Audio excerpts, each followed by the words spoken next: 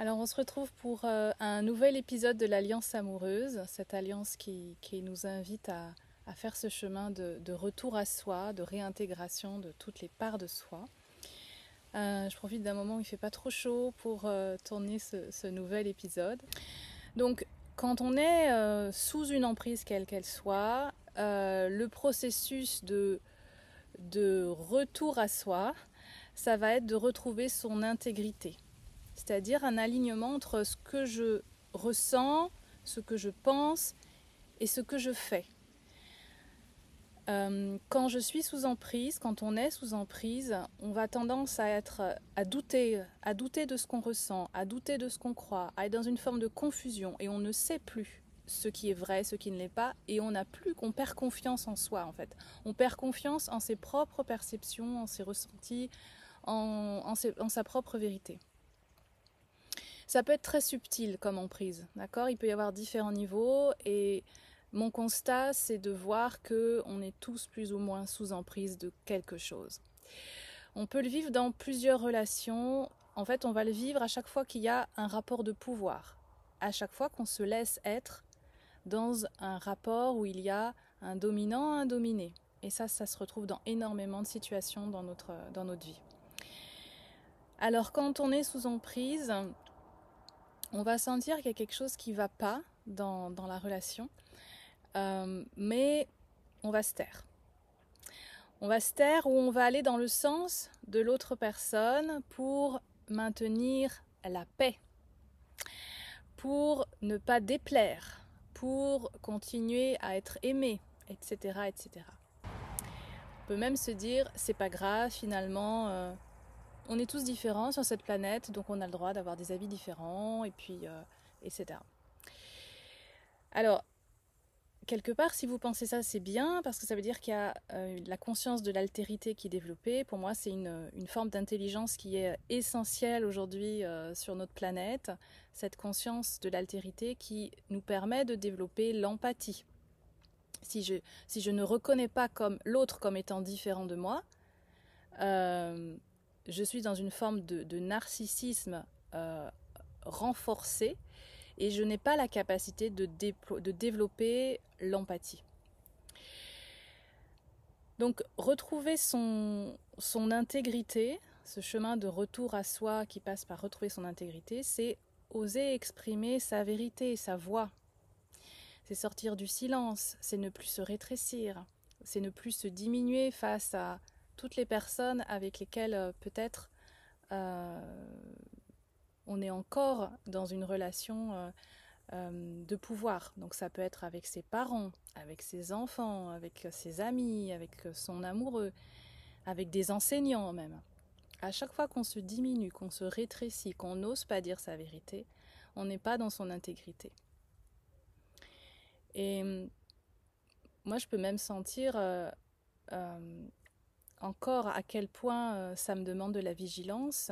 Ça me demande d'être dans une forme de grande conscience, de grande lucidité pour aller regarder ces espaces en moi où je laisse faire encore et où je laisse faire, où j'ai laissé faire et où ça me demande d'aller revisiter ces espaces-là pour réintégrer complètement cette dimension de l'intégrité. Et donc moi je pense que dans ma vie j'ai beaucoup fonctionné dans des relations comme ça, dans plusieurs domaines de ma vie, pas que la relation amoureuse, et que cette dernière relation en fait elle est venue encore une fois comme un catalyseur. J'utilise beaucoup ce mot-là, de dire que une relation initiatique, c'est une relation dans laquelle un partenaire va jouer le rôle de catalyseur pour nous montrer toutes nos parts d'ombre, toutes les zones cachées, tous les espaces qui étaient occultes en fait, et comme des angles morts qu'on n'arrivait pas à voir.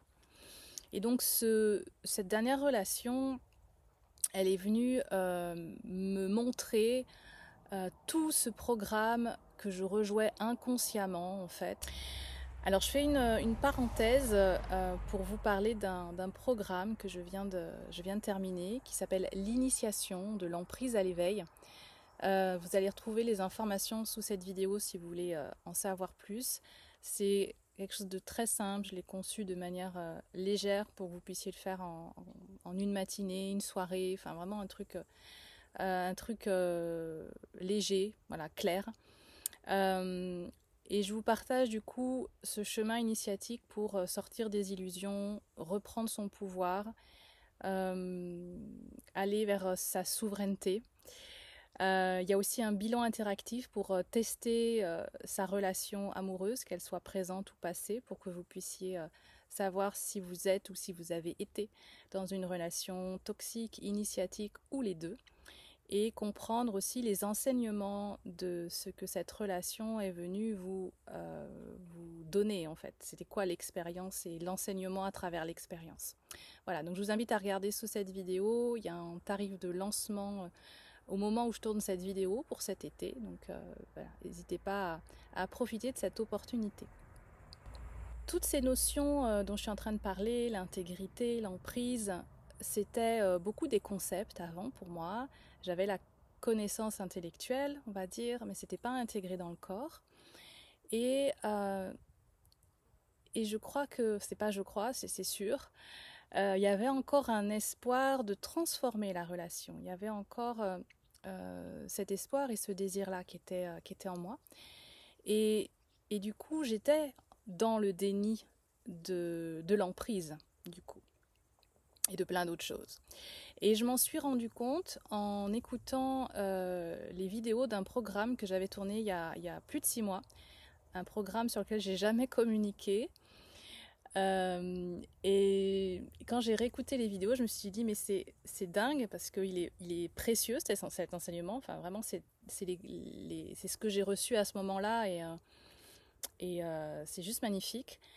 Sauf que c'est comme si ça ne pouvait pas être rendu visible, je ne pouvais pas le commercialiser parce que c'était pas intégré dans mes cellules, c'était pas intégré et je ne peux pas transmettre, c'est pas possible, ça ne peut pas se transmettre à travers moi si c'est pas pleinement descendu.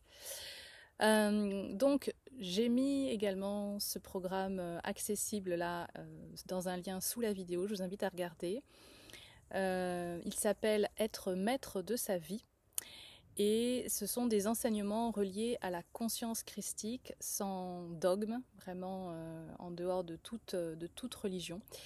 Donc je parle dans ces enseignements-là d'une renaissance spirituelle lorsqu'on se relie à la dimension de l'esprit avec un grand E.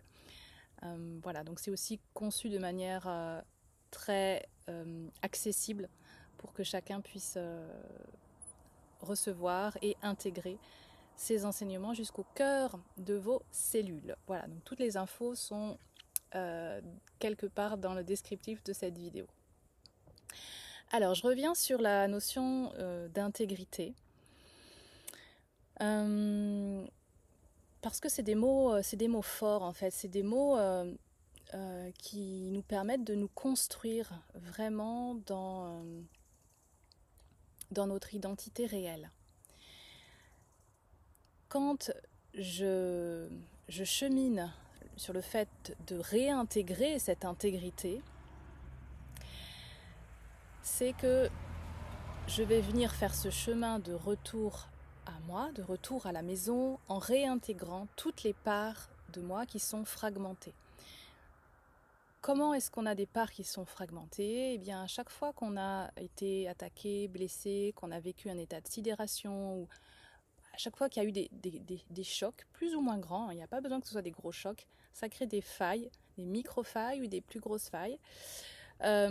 Et alors j'en parle plus dans le programme L'initiation justement de l'emprise à l'éveil, je parle de ce qui se passe. Mais du coup, il y a des processus énergétiques qui se font lorsqu'on vit ça. Donc, il y a des parts de soi qui vont être à récupérer pour redevenir pleinement soi et être en cohérence avec qui on est. Ne plus se sentir dans la confusion qui est l'état dans lequel on est lorsque on n'est pas pleinement à l'intérieur de soi parce qu'il y a des parts de soi qui sont dans une fusion avec autre chose que soi.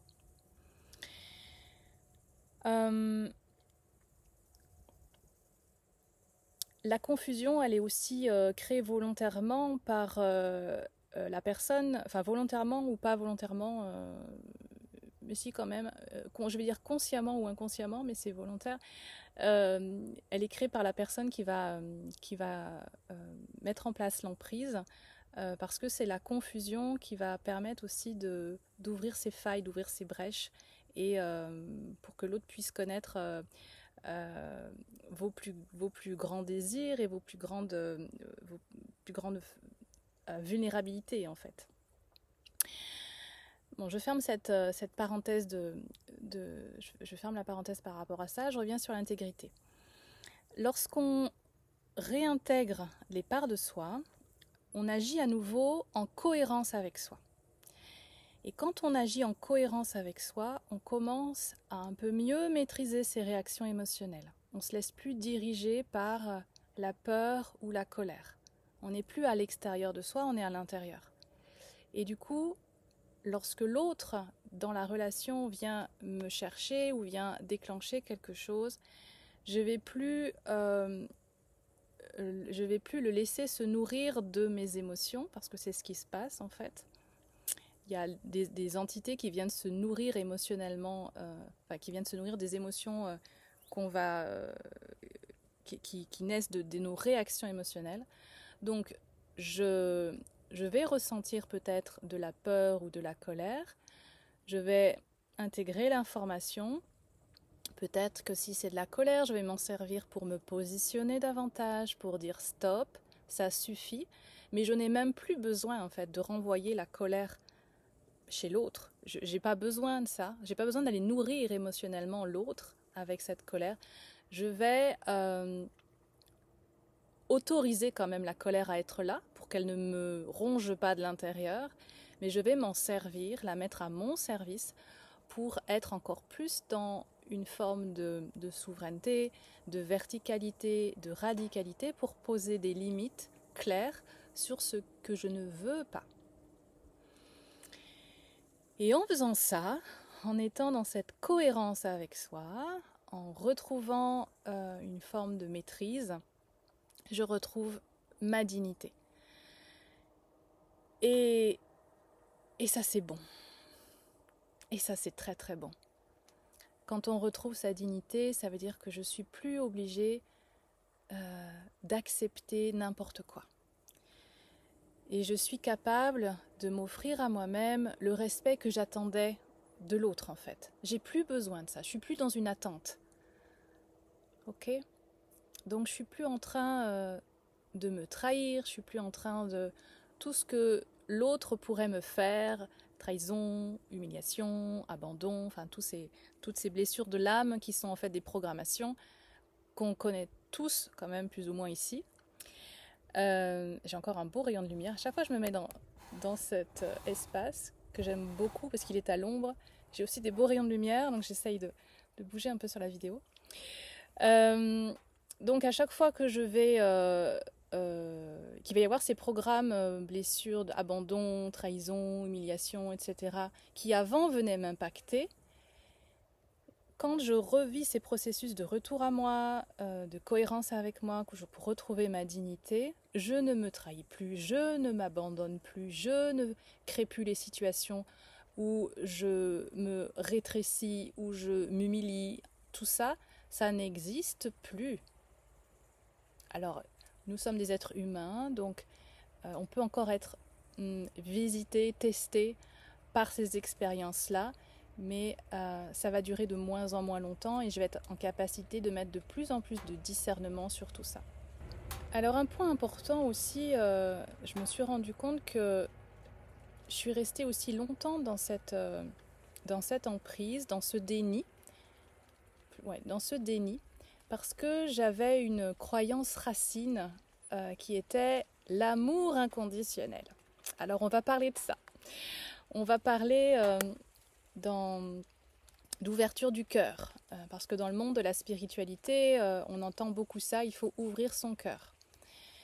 Alors je reconnais que pour les personnes qui fonctionnent beaucoup avec le mental, c'est important de redescendre dans la dimension du cœur. C'est important de faire ce chemin de basculer du mental au cœur. Mais le cœur tout seul ne suffit pas. On a besoin d'un cœur qui soit intelligent. On a besoin d'un cœur conscient.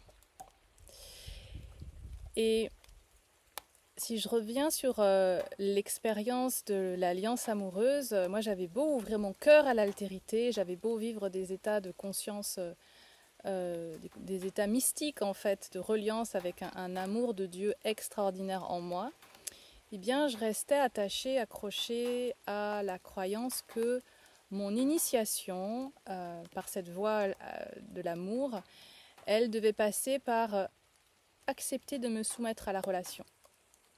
Parce qu'en faisant ça, j'acceptais de me soumettre à quelque chose de plus grand, à une forme de volonté divine que j'associe encore à quelque chose d'extérieur à moi. Et cette manière de voir les choses, finalement, je le vois bien aujourd'hui, ça me maintenait encore dans un programme d'amour sacrificiel. Et celui-là, il est bien engrammé. Alors, encore une fois, cette relation, ce partenaire qui a joué le rôle de catalyseur, il est venu mettre en lumière toutes les fois, même avant cette relation, où j'ai été dans un amour sacrificiel en pensant que c'était de l'amour inconditionnel. Qu'est-ce que ça signifie en fait ? On est dans un amour sacrificiel lorsque on place les besoins de l'autre, le bien-être de l'autre, la mission de l'autre au-dessus de ses propres besoins, de son propre bien-être, de sa propre mission. Alors je vous invite chacun, que vous soyez un homme ou une femme, à peut-être observer toutes les fois où vous avez été dans un amour sacrificiel, à prioriser les besoins, le bien-être de l'autre au détriment du vôtre. Dans un amour sacrificiel ou inconditionnel, parce que souvent quand on est dans ce programme-là, on n'a pas conscience qu'on est dans un programme sacrificiel, c'est comme l'emprise, on n'en a pas conscience. Donc quand on est dans un programme d'amour inconditionnel, on croit qu'il faut tout accepter, tout pardonner, et on va même justifier la souffrance en parlant des mémoires karmiques qui se rejouent dans le lien, en parlant essentiellement ça, de quand on est dans cette conscience d'être sur un chemin d'éveil, entre guillemets, on va se justifier la souffrance avec ces histoires de mémoire à transmuter. Et c'est vrai, quelque part. Et c'est vrai, ça en fait partie. Quand on est connecté dans un lien d'âme, il y a ça qui se rejoue. Et ça nous maintient dans une croyance que si on rejoue l'histoire, si on va revisiter ses mémoires, peut-être qu'on va réussir à sauver l'autre, le guérir, la guérir ou sauver la relation. Et il y a une forme, il peut y avoir, pas chez tout le monde, mais il peut y avoir, regardez si ça vous parle, faites preuve aussi de discernement à chaque fois, dans chaque vidéo que vous écoutez, il peut y avoir une forme d'idéalisation spirituelle de cet amour-là, qui fait que, et j'ai fait partie de ces personnes-là, on va courir après une quête d'amour sacré, de vivre le couple sacré, de vivre un lien d'âme particulier. Alors, on va revenir sur cette notion d'ouvrir son cœur. Oui, ouvrir son cœur, évidemment, c'est important, je ne vais pas dire le contraire, c'est laisser l'amour circuler en soi. C'est laisser l'amour être et se remplir de cet amour-là pour ensuite pouvoir le partager avec l'autre, les autres. Mais si cet amour-là, je le répète, c'est pas un amour intelligent, conscient, on est dans une illusion et on est dans une forme de naïveté. La naïveté, ça n'a rien à voir avec la gentillesse ou l'innocence. La naïveté, c'est refuser de voir ce qui est. c'est préférer croire à une forme d'illusion, préférer croire à quelque chose de plus grand, d'extérieur à soi, au lieu de sentir ce qui s'infiltre vraiment dans ta pensée, dans ta psyché, dans... Enfin, quand je dis ta, c'est notre, dans notre psyché, dans notre pensée, parce qu'on vit tous ça, plus ou moins consciemment. Et donc, au lieu de voir ce qui se joue, au lieu de voir toutes les entités qui se servent de nous, on va être dans une forme d'illusion à toutes les lumières. Et pour moi, c'est vraiment une vraie illusion, hein, cet amour inconditionnel qui peut exister sur un certain plan. On peut se connecter à ça, on peut se connecter à cette fréquence, bien sûr. Mais pour moi, on ne peut pas la vivre dans une relation sans poser des limites. Pour moi, c'est important de savoir poser des limites dans une relation. On est chacun responsable de poser des actes de souveraineté, de faire preuve de discernement, j'en parle souvent, pour voir l'ombre et surtout ses propres ombres, parce que c'est celle-là qui nous intéresse. Et c'est ça aussi finalement l'union du masculin et du féminin, c'est aller voir ce qui était caché en soi, aller voir ce qui n'était pas révélé. Mais ça, j'en parlerai dans un autre épisode de cette union du féminin, du masculin, à travers l'ombre. C'est donc un chemin de lucidité, cette sortie d'emprise, le fait de voir la vérité, de revenir au réel. C'est un chemin de courage, d'oser regarder la vérité, oser lâcher ce à quoi on était attaché. Et avec peut-être le fait de savoir qu'on va perdre quelque chose auquel on était attaché. Et c'est un chemin de transmutation, d'alchimie. Voilà. Et plus on va explorer nos ombres, moins elles vont nous diriger justement.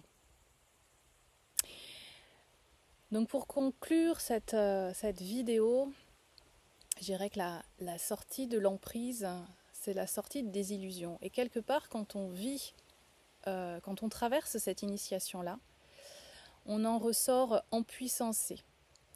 Parce que on gagne en clarté dans tous les domaines de sa vie. Il y a quelque chose, on ne peut plus revenir en arrière. Il y a quelque chose qui se transforme véritablement, qui nous fait vivre un véritable réveil. On sait poser des limites là où on ne le faisait pas avant. On ne se laisse plus posséder par quelque chose d'extérieur qui va nous faire miroiter quelque chose d'illusoire. On sait reconnaître en fait les illusions. Et donc c'est une vraie transformation, c'est un profond réveil dans toutes les sphères de sa vie où on n'en était pas conscient. Et c'est en ça où je parle d'initiation, initiation par l'ombre, oui, et l'ombre fait partie de nous, l'ombre fait partie de notre expérience terrestre, et plus on va oser le voir, plus on va oser le regarder, plus on va enfin être pleinement soi et marcher sur notre chemin de libération de qui on est. Voilà, j'ai été vraiment guidée ce matin pour écrire les notes que j'avais envie de partager avec vous. N'hésitez pas à me dire toujours comment ça résonne pour vous, si vous avez envie de partager avec votre histoire ou de partager qu'est-ce que ça fait émerger comme questionnement peut-être ou comme nouvelle perception, une invitation à percevoir peut-être différemment les choses par rapport à là où vous en êtes sur votre chemin. Je vous dis à très très vite, je vous embrasse, ciao ciao.